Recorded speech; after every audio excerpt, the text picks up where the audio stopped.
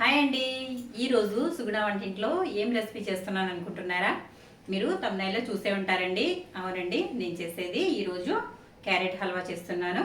మరి దానికి కావాల్సిన పదార్థాలు ఏ విధంగా తయారు చేసుకోవాలో చూసేద్దామా? సుగుణ వంటింటికి స్వాగతం. ఈరోజు మన వంటింట్లో క్యారెట్ హల్వా ఏ విధంగా తయారు చేసుకోవాలో చూద్దాము.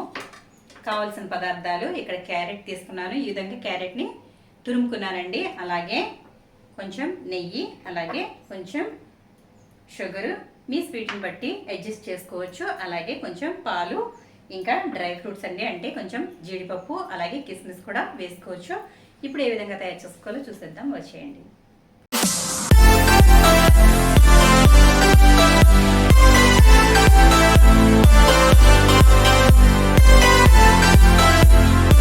ముందుగా నేను ఇక్కడ 1/2 కేజీ వరకు తాజా క్యారెట్లు తీసుకున్నాను. మనకి ఈ స్వీట్కి తాజా క్యారెట్లు అయితే బాగుంటుంది కాబట్టి ఈ విధమైన క్యారెట్లు తీసుకున్నాను. ఇప్పుడు వీటిని ఈ విధంగా ముచ్చుకలు అనేవి తీసేసుకోవాలి. ఈ విధంగా తీసేసుకున్న తర్వాత ఇప్పుడు వీటిని చెక్కుకోవాలి. పైన తోలంతా కూడా పీల్ చేసేసుకోవాలి. ఆ తర్వాత ఈ విధంగా మనకి నచ్చిన గ్రేటర్తో ఈ విధంగా వీటిని తురుముకోవాలి. నేనైతే ఈ విధంగా పెద్దగా ఉన్న దానిని బట్టి తురుముతున్నాను. ఎందుకంటే ఈ విధంగా పెద్దగా ఉన్నదైతే మనకి తురుము అనేది చక్కగా పొడవుగా వచ్చి బాగుంటుంది కాబట్టి నేనైతే ఇది తీసుకున్నాను. చాలామంది చాలా చిన్న చిన్నగా ఉండేదాంతో చేస్తారు, ఆ విధంగా అయితే బాగోదు కాబట్టి నేనైతే ఈ విధంగా పెద్దగా వచ్చే తురుముది తీసుకుని ఈ విధంగా తురుముతున్నాను. ఇదంతా కూడా చక్కగా ఈ విధంగా తురిమేసుకోవాలి. ఈ విధంగా తురుముకున్న దాంతో మనం స్వీట్ అనేది తయారు చేసుకోవచ్చు. చూసారు కదా, నేనైతే క్యారెట్ని ఈ విధంగా తురుముకున్నాను. ఇది నేను రీసెంట్గా తీసుకున్నాను. ఇది కొంచెం చాలా మందంగా ఉందండి. బాండి ఇది అల్యూమినియమే. ఈ మధ్య వస్తున్నాయి కదా, పైన స్టీలు, అలాగే లోపల స్టీలు, అలాగే మధ్యలో మాత్రం అల్యూమినియం వస్తున్నాయి. అవైతే చాలా కాస్ట్ ఉన్నాయండి. ప్రస్తుతానికి అంత బడ్జెట్ అయితే లేదు. నేనైతే ఇది తీసుకున్నాను. మీకు నచ్చిందా? ఒకవేళ మీకు నచ్చితే కనుక మీరు పర్చేస్ చేయాలనుకుంటే కూడా ఇవి ఇలాంటివి చేసుకోవచ్చు. ఇది హ్యాండిల్లెస్ అండి. ఈ మధ్య ఇవే వాడుతున్నారు కాబట్టి నేనైతే ఇది తీసుకున్నాను. ఇప్పుడు స్టవ్ వెలిగించుకుందామండి. నేను బాండీ అయితే పెట్టేసుకున్నాను.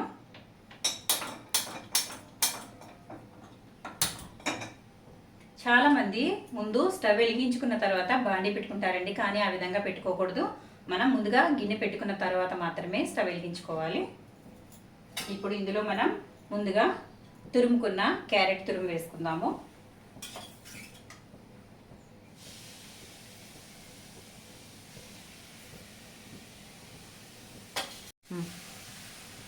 క్యారెట్ హల్వా చేసుకునేటప్పుడు ఈ విధంగా ముందుగా ఆయిల్ కానీ నెయ్యి కానీ వేసుకోకూడదండి. ముందుగా ఇది మాత్రం పచ్చివాసన పోయే వరకు వేయించుకున్న తర్వాత మాత్రమే నెయ్యి కానీ ఆయిల్ కానీ వేసుకోవాలి. అప్పుడే క్యారెట్ అనేది పర్ఫెక్ట్గా వేగుతుంది. పచ్చివాసన రాకుండా చాలా టేస్టీగా ఉంటుంది. అలాగే క్యారెట్ హల్వా కూడా ఎక్కువ రోజులు నిల్వ ఉంటుందండి.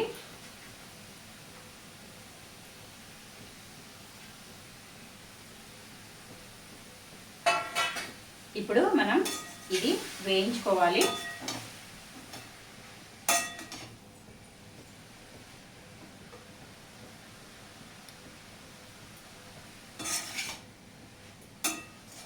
ఇది మంటని లో ఫ్లేమ్లో మాత్రమే పెట్టుకుని వేయించుకోవాలి. ఎందుకంటే హై ఫ్లేమ్లో పెట్టినట్లయితే వెంటనే కలర్ అనేది చేంజ్ అయిపోతుందండి.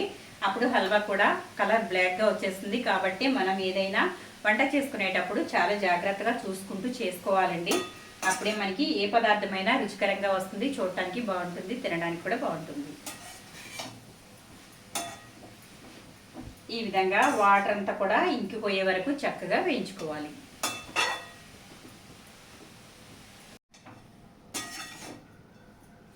చాలామంది క్యారెట్ హల్వా కానీ, అలాగే బ్రెడ్ హల్వా కానీ, బీట్రూట్ హల్వా కానీ చాలా కష్టం అనుకుంటారండి. కానీ చాలా స్పీడ్గా ఈజీగా అయిపోయేది ఇవేనండి.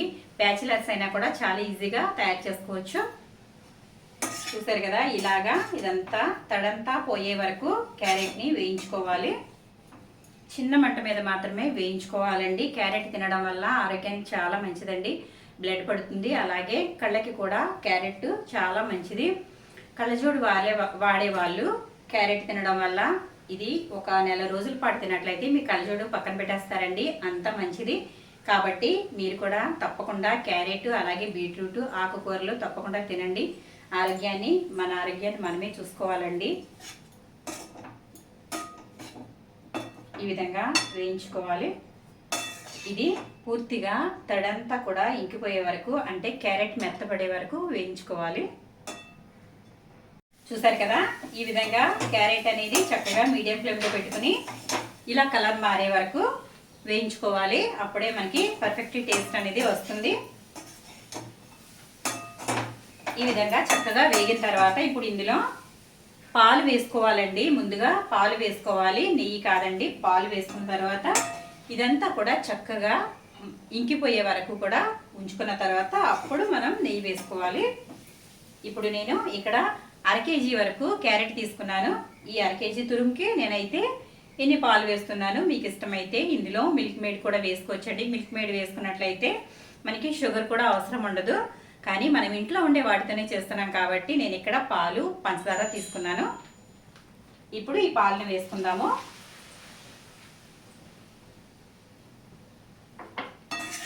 నేను 1/2 లీటర్ పాలని చక్కగా మరిగించుకుని పెట్టుకున్నాను.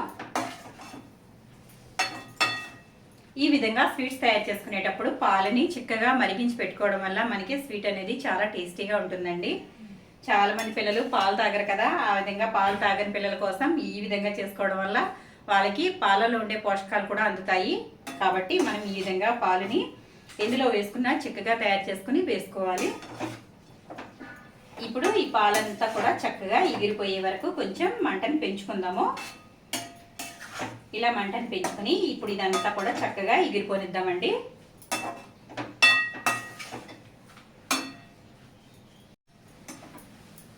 ఈ టైంలో మనం షుగర్ అనేది వేసుకుందామండి. ఇదిగోండి, క్యారెట్ అయితే మనకి చక్కగా ఈ విధంగా మగ్గిపోయింది, పాలు కూడా అన్నీ కూడా ఇంకిపోయాయి. ఈ టైంలో మనం షుగర్ అనేది వేసుకుందాము. షుగర్ కూడా ఒక 100 గ్రాముల వరకు ఉంటుందండి. ఈ బౌల్లో మనకి పర్ఫెక్ట్గా స్వీట్ అనేది సరిపోతుంది. మీకు ఒకవేళ తక్కువ అయితే కొంచెం వేసుకోండి, ఎక్కువ అనిపిస్తే తగ్గించుకోండి. స్వీట్ అనేది మన ఇష్టం అండి. మనం ఎంత తినాలనుకుంటే అంత వేసుకోవచ్చు, ఎక్కువ అనుకుంటే తగ్గించుకోవచ్చు. ఇప్పుడు ఇదంతా కూడా చక్కగా దగ్గరికి వచ్చేస్తుంది. మనం ఈ టైంలో కొంచెం మంటని పెంచుకుందాము.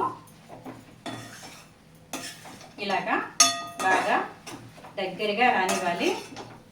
చూసారు కదా, ఈ విధంగా చక్కగా దగ్గరగా రానివ్వాలి. ఇటువంటి సమయంలో మనం కొంచెం మంటని లో ఫ్లేమ్లో పెట్టుకున్న తర్వాత మనం ఇప్పుడు జీడిపప్పు అలాగే కిస్మిస్ వేయించుకుందాము.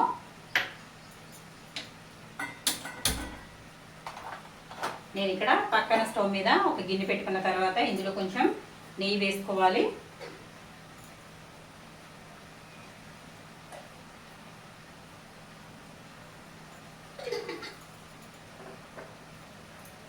ఇక్కడ నేను జీడిపప్పు అలాగే కిస్మిస్ తీసుకున్నాను. మీకు ఇష్టమైతే ఇంకా మిగిలిన డ్రై ఫ్రూట్స్ కూడా వేసుకోవచ్చు, అంటే బాదం అలాగే పిస్తా కూడా వేసుకోవచ్చు. మనం ఈ స్వీట్లో యాలకుల పొడి అనేది వేసుకోవట్లేదండి. యాలకుల పొడి వేస్తే ఇందులో అంత టేస్ట్గా ఉండదు కాబట్టి నేనైతే ఇందులో వేయడం లేదు. ఇప్పుడు మనం ఇవి వేయించుకుందాము.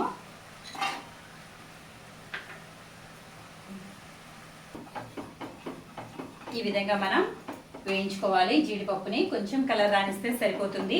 కిస్మిస్ ఎప్పుడైనా సరే అవి కొంచెం పొంగుతాయండి. ఆ విధంగా పొంగినప్పుడు మనం స్టవ్ ఆఫ్ చేసుకుంటే సరిపోతుంది. అంతకన్నా ఎక్కువగా అయితే మాడిపోయి బ్లాక్ కలర్లో వచ్చేస్తాయి. చాలా మంది స్వీట్స్లో కిస్మిస్ అనేది తినరు కాబట్టి ఈ విధంగా మనం చాలా దోరగా వేయించుకుంటే సరిపోతుంది.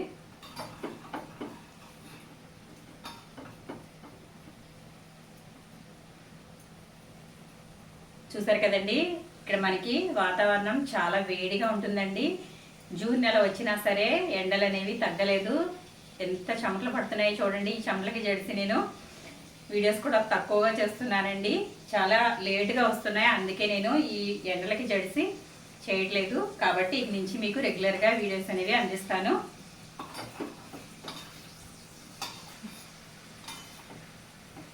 ఇదిగోండి, మనకి జీడిపప్పు కిస్మిస్ అయితే వేయించేసుకున్నాము. ఇదిగోండి, ఈ కలర్ వస్తే సరిపోతుంది. అంతకన్నా ఎక్కువ కలర్ అయితే మాడిపోతుందండి. మనం స్టవ్ ఆఫ్ చేసినా కూడా జీడిపప్పు చాలా త్వరగా మాడిపోతుంది కాబట్టి చూసుకుని జాగ్రత్తగా వేయించుకోవాలి. ఇప్పుడు మనం ఈ వేయించుకున్న జీడిపప్పు కిస్మిస్ అలాగే నెయ్యితో కలిపి ఇప్పుడు మనం ఇందులో స్వీట్లో అయితే వేసేసుకుందాము. చూసారు కదా, నెయ్యి అయితే నేను ఇందులోనే మనకి స్వీట్ అంతటికి సరిపడా నెయ్యి అనేది ఇందులోనే వేసేసుకున్నాను. ఇప్పుడు ఇదంతా కూడా ఇందులో వేసేసుకోవాలి. ఈ విధంగా వేసుకున్న తర్వాత ఇప్పుడు బాగా కలుపుకోవాలి. స్వీట్లో ఈ మాత్రం నెయ్యి అనేది ఉండాలండి, అప్పుడే స్వీట్ అనేది చాలా టేస్టీగా ఉంటుంది.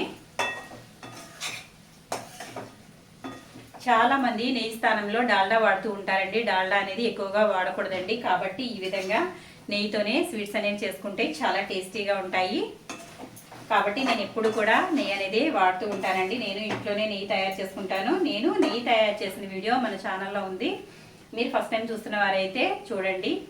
చాలా ఈజీగా చెయ్యి కూడా పెట్టకుండానే నేను నెయ్యి అనేది తయారు చేశానండి. మన ఛానల్లో డిస్క్రిప్షన్లో లింక్ ఇస్తాను, తప్పకుండా చూడండి ఫ్రెండ్స్.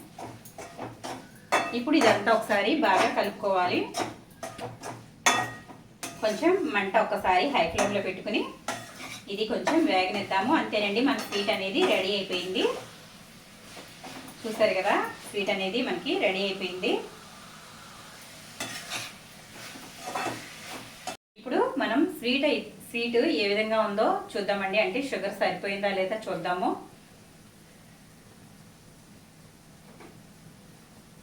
వేడిగా ఉన్నప్పుడు తినకూడదండి, నోరు కాలిందంటే మనకి ఏ టేస్ట్ తెలియదు. కాబట్టి బాగా చల్లారిన తర్వాత మాత్రమే చూడాలి.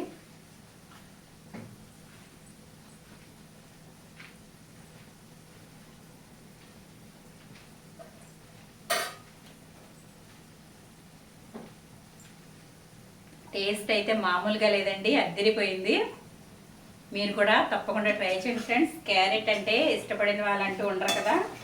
ఈ విధంగా నెయ్యితో అలాగే డ్రై ఫ్రూట్స్తో మీరు కూడా తప్పకుండా ట్రై చేయండి ఫ్రెండ్స్. ఇది ఒక వారం రోజుల వరకు నిల్వ ఉంటుందండి. మీరు కూడా తప్పకుండా ట్రై చేయండి. మీకు ఏ విధంగా వచ్చిందో నాకు కమెంట్ సెక్షన్లో కమెంట్ పెట్టండి ఫ్రెండ్స్. అంతేనండి, ఎంతో టేస్టీగా ఉండే క్యారెట్ హల్వా రెడీ అయిపోయింది. నచ్చిందా? వీడియో కనుక నచ్చినట్లయితే లైక్ చేయండి, షేర్ చేయండి, సబ్స్క్రైబ్ చేయండి ఫ్రెండ్స్. ఇప్పుడు మనం స్టవ్ ఆఫ్ చేసుకుందాము. ఇప్పుడు స్టవ్ ఆఫ్ చేసుకున్న తర్వాత బౌల్లోకి తీసేసుకుందాము. స్టవ్ ఆఫ్ చేస్తున్నాను. ఇప్పుడు బౌల్లోకి తీసేసుకుందాము. చూసారు కదా, ఎంతో టేస్టీగా ఉండే అలాగే చూడగానే నోట్లో నీళ్ళూరే క్యారెట్ హల్వా అనేది రెడీ అయిపోయింది. ఎంత ఈజీగా నేనైతే తయారు చేస్తానో చూసారు కదా. బ్యాచిలర్స్ కూడా ఇది తయారు చేసుకోవచ్చండి, ఎంతో టేస్టీగా ఉంటుంది. ఇదిగోండి, ఎంతో టేస్టీగా ఉండే క్యారెట్ హల్వా అయితే రెడీ అయిపోయింది. నచ్చిందా? వీడియో కనుక నచ్చినట్లయితే లైక్ చేయండి, షేర్ చేయండి, సబ్స్క్రైబ్ చేయండి.